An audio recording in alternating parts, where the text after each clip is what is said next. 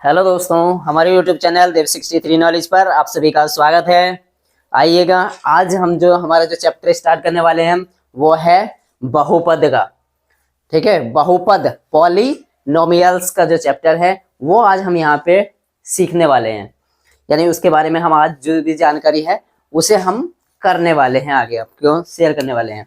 चलिएगा, इसमें क्या होता है, ये बहुपद यानी कि बहुपद क्या होता है, एक तो आपके पास में आएगा। सबसे पहले क्या होता है, रैखिक बहुपद, द्विघात बहुपद, त्रिघात बहुपद, चतुर्थ घात बहुपद, इस तरह के बहुपद होते हैं। और कैसे होते हैं ये देखिएगा यहाँ पर, अगर जितनी भी अंकीय वाली संख्या होती हैं 1 2 3 4 5 6 इस तरह की जो संख्याएं होती हैं वो सारी किस में आती हैं, वो कांस्टेंट में आती हैं। क्या कहलाती हैं, वो अचर कहलाती हैं। यदि आपके पास में जैसे 1 2 3 इस तरह की अगर कोई सी भी संख्याएं हैं तो वो क्या कहलाती हैं, अचर कहलाती हैं। क्या कहलाती हैं, अचर कहलाती हैं, या कहलाती है अशून्य। इसको क्या लिख सकते हैं हम, अशून्य भी हम इसको लिख सकते हैं, अशून्य। अगर यहाँ पे शून्य है तो इसको तो बोलेंगे क्या, शून्य।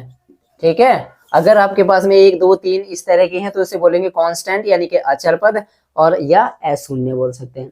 यदि अगर आपके पास में x है, केवल x यानी कि x की जो मैक्सिमम पावर है वो कितनी है, अगर x है तो अब इसको क्या बोलेंगे हम, इसको बोलेंगे रैखिक बहुपद, रैखिक बहुपद।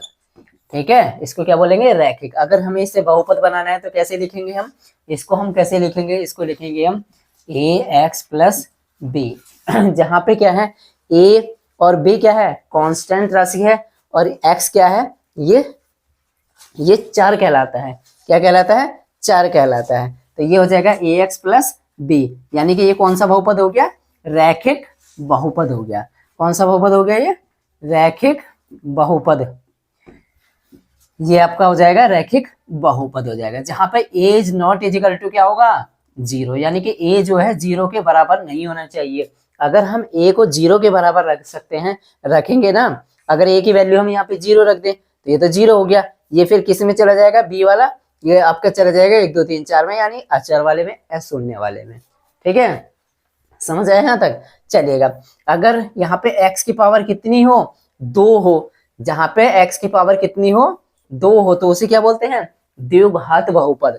ठीक है, जैसे इसका जो मानक रूप होता है वो कैसे होता है, यहाँ पे देखिएगा, ये होता है आपका a x square plus B X plus C. ये क्या कहलाएगा, आपका द्विघात बहुपद कहलाएगा। क्यों कहलाएगा, इसमें ये तो क्या है, अचर राशि है, ए बी सी अचर है। ठीक है, अब यहाँ पे भी क्या होगा, a is not equal to 0, यानी कि यहाँ पे भी a का मान 0 नहीं होना चाहिए। अगर a का मान 0 हो जाएगा तो ये स्क्वायर, यहाँ पे a का मान 0 रखेंगे तो ये तो 0 हो गया। अब ये रह जाएगा bx प्लस सी, ये कौन सा वाला बन जाएगा, ये रैखिक बहुपद बन जाएगा। इसलिए a का मान 0 नहीं होना चाहिए। तो ये क्या कहलाएगा, जिसमें मैक्सिमम घात यानी कि चर वाली संख्या की, यानी कि x की जो मैक्सिमम पावर है, जो मैक्सिमम घात है, अधिकतम घात है, वो कितनी होती है, 2 होती है, वो द्विघात बहुपद कहलाता है। इसे क्या बोलेंगे, द्विघात बहुपद हो जाएगा। इसी तरह से आप देखेंगे कि त्रिघात बहुपद, जिसमें x की घात 3 हो, x की घात 4 है जिसमें, तो वो चतुर्थ घात बहुपद हो जाएगा। त्रिघात वाले में कैसे होगा, a x की घात कितनी हो जाएगी, मैक्सिमम घात कितनी, 3 आ जाएगी, plus b x square plus C X plus D. ठीक है, ये आपका क्या कहलाएगा, त्रिघात बहुपद हो जाएगा। अब त्रिघात बहुपद में मैक्सिमम चर की मैक्सिमम घात कितनी होगी, 3 होगी। यहाँ भी शर्त यही है कि a is not equal to 0, a का मान 0 के बराबर नहीं होना चाहिए। अगर a का मान 0 के बराबर हो जाएगा यहाँ भी तो ये वाला पद खत्म हो जाएगा, फिर ये द्विघात बहुपद बन जाएगा। इसलिए a का मान 0 के बराबर नहीं होना चाहिए। तो इसी तरह से x की घात 4 वाला आ जाएगा आपका चतुर्थ घात बहुपद, यानी कि ax की घात 4 bx की घात 3, इस तरह से आप निकाल सकते हो। अब देखिएगा यहाँ पर जो इसके शून्यांक यहाँ पे पूछ लेते हैं कि शून्यांक कितने होते हैं। अब रैखिक बहुपद में केवल x के मान, x का वैल्यू जो निकाल सकते हैं वो 1 निकाल सकते हैं। इसलिए इसका जो रैखिक बहुपद वाले का जो शून्यांक होगा ना, इसका जो शून्यांक होगा, क्या होगा, शून्यांक वो कितना आएगा, वो 1 ही आएगा।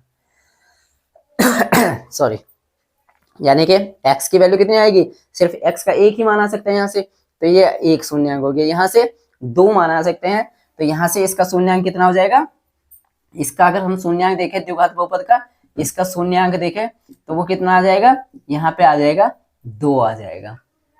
यदि अगर हम इसका शून्यंक देखें तो कितना आ जाएगा, इसका त्रिघात वाले का जो शून्यंक आएंगे वो कितने आ सकते हैं, 3 आ सकते हैं। इसी तरह से चतुर्थ घात वाले के 4 आ सकते हैं। ठीक है, यहां तक आपको समझ में आया। चलिएगा अब यहाँ पे देखिएगा, जैसे सबसे ज्यादा जो आपके बेसिक उसमें एक चैप्टर भी है आपका अगला वाला द्विघात बहुपद का, ये वाला सबसे ज्यादा बेस्ट चैप्टर है। ये आपका जो अगला जो चैप्टर है, तीसरा है शायद चौथा है जो चैप्टर है, वो आपका द्विघात बहुपद का भी सबसे ज्यादा जो हाई स्कूल के मैथ्स में आपकी किताब में है, बुक सिलेबस में है, वो ये द्विघात बहुपद वाला चैप्टर है। ठीक है, तो हम द्विघात बहुपद के बारे में ही सबसे ज्यादा इसी पर डिस्कस करेंगे, इसी पर चर्चा करेंगे। तो चलिएगा मैं इसको मिटा देता हूं यहां से।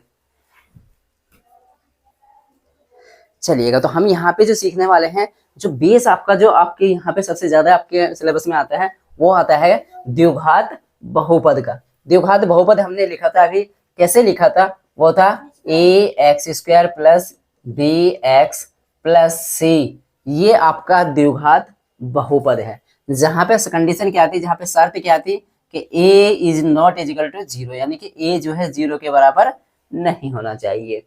ये द्विघात बहुपद यानी कि द्विघात बहुपद है। ठीक है, इसका मानक रूप कौन सा है, ax² plus bx plus c। अब देखिएगा यहां से आपसे पूछ लेते हैं कि इसके शून्यंक निकालिए, शून्यंक निकालिए। अगर शून्यंक निकालने के लिए बोले तो यहाँ पे हम वही गुणनखंड विधि वाले सूत्र से हम गुणनखंड इसके निकाल लेते हैं, इसके शून्यंक का पता कर लेते हैं। ठीक है, तो ये आपके जो सवाल में आएगा, मैं अभी 1-2 सवाल करा दूंगा तो उसमें आपको शून्यंक निकालने का पता चल जाएगा। तो पहले यहाँ पे देखिएगा, अब अगर माना कि इसकी शून्यंक अल्फा और बीटा है, माना जो है द्विघात बहुपद है, ये माना द्विघात बहुपद के शून्यंक हमने मान लिए। यदि अगर क्या है, एक अल्फा और दूसरा अल्फा और बीटा है, अल्फा और क्या है, बीटा है। अगर इन आपसे पूछे कि अल्फा प्लस बीटा का मान निकालिए, तो आप कैसे निकालोगे, इनका योगफल पूछ ले, शून्यंकों का योगफल। तो अगर योगफल निकालने के लिए आपसे पूछ ले तो कैसे निकालोगे, यानी कि अल्फा प्लस बीटा बराबर क्या होता है, ये होता है माइनस b अपॉन ए, b अपॉन ए। अब b क्या है, यहाँ पे देखिएगा ये क्या होता है, माइनस का b अपॉन ए। अब b क्या है, ये है, यानी कि जो x का गुणांक है। तो इसको हम एक तरह से और लिख सकते हैं, कैसे, माइनस का b अपॉन ए, या क्या लिख सकते हैं, माइनस x का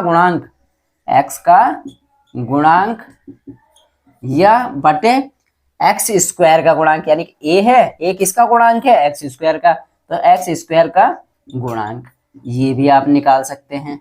ठीक है, इससे क्या आएगा, मूलों का योगफल या शून्यंकों का योगफल निकल आएगा। अगर आपसे इनका गुणनफल पूछ ले, क्या पूछ ले, गुणनफल पूछ ले, तो यानी अल्फा गुणा बीटा, अल्फा इंटू बीटा का मान पूछ ले, तो कैसे क्या आता है, वो होता है c अपॉन ए। अब c कौन सी राशि है, c है अचर पद, c क्या है, अचर पद। तो इसको हम कैसे लिख सकते हैं, अचर पद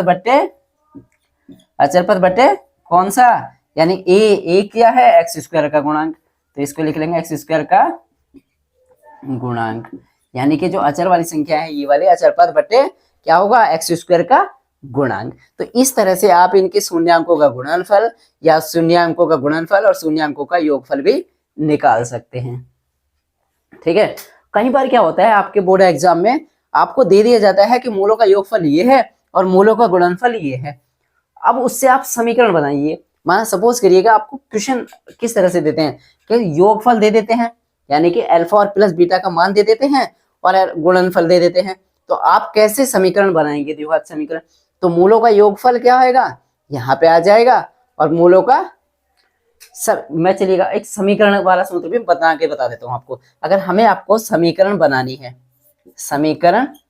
अगर मूलों का योगफल और मूलों का गुणनफल दे दिया जाए तो कैसे बनाओगे, तो होगा x² माइनस क्या होगा, मूलों का योगफल, योगफल, मूलों का योगफल या शून्यांकों का योगफल इंटू एक्स प्लस क्या होगा, मूलों का गुणनफल। यहाँ क्या आएगा, गुणनफल। इस तरह से आप ये द्विघात बहुपद बना सकते हैं। ठीक है, तो यहाँ पे आपको क्वेश्चन दे, मूलों का योगफल दे देते हैं, मूलों का गुणनफल दे देते हैं, उससे आपसे द्विघात बहुपद बनाने के लिए पूछ लेते हैं, या द्विघात समीकरण बनाने के लिए। सेम है, द्विघात समीकरण भी इसी तरह से बनती है। ठीक है, तो चलिएगा, मैं उम्मीद है कि आपको ये समझ आ रहा होगा। ठीक है, चलिएगा, तो ये आपका जो है द्विघात बहुपद का भी मैंने आपको बताया कि द्विघात बहुपद या द्विघात समीकरण किस तरह से आपको बना सकते हैं। अगर मूलों का योगफल दे दिया जाए, मूलों का गुणनफल दे दिया जाए, किस तरह से आप उसको द्विघात बहुपद को कंप्लीट बना सकते हो।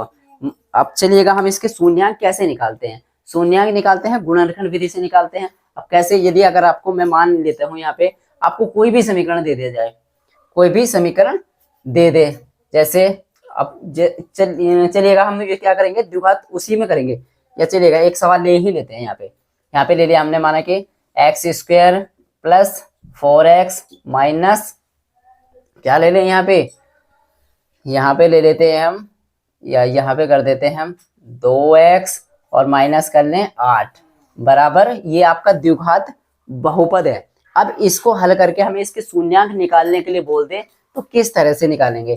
तो हमें क्या देखना है कि यहाँ पे गुणा करने पर कितना आना चाहिए, 8 आना चाहिए, और घटाने पे कितना आना चाहिए, 2 आना चाहिए। तो ऐसी दो संख्याएं देखो जिनका आपस में गुणा करें तो 8 आए, और घटाएं तो कितना आए, 2 आए।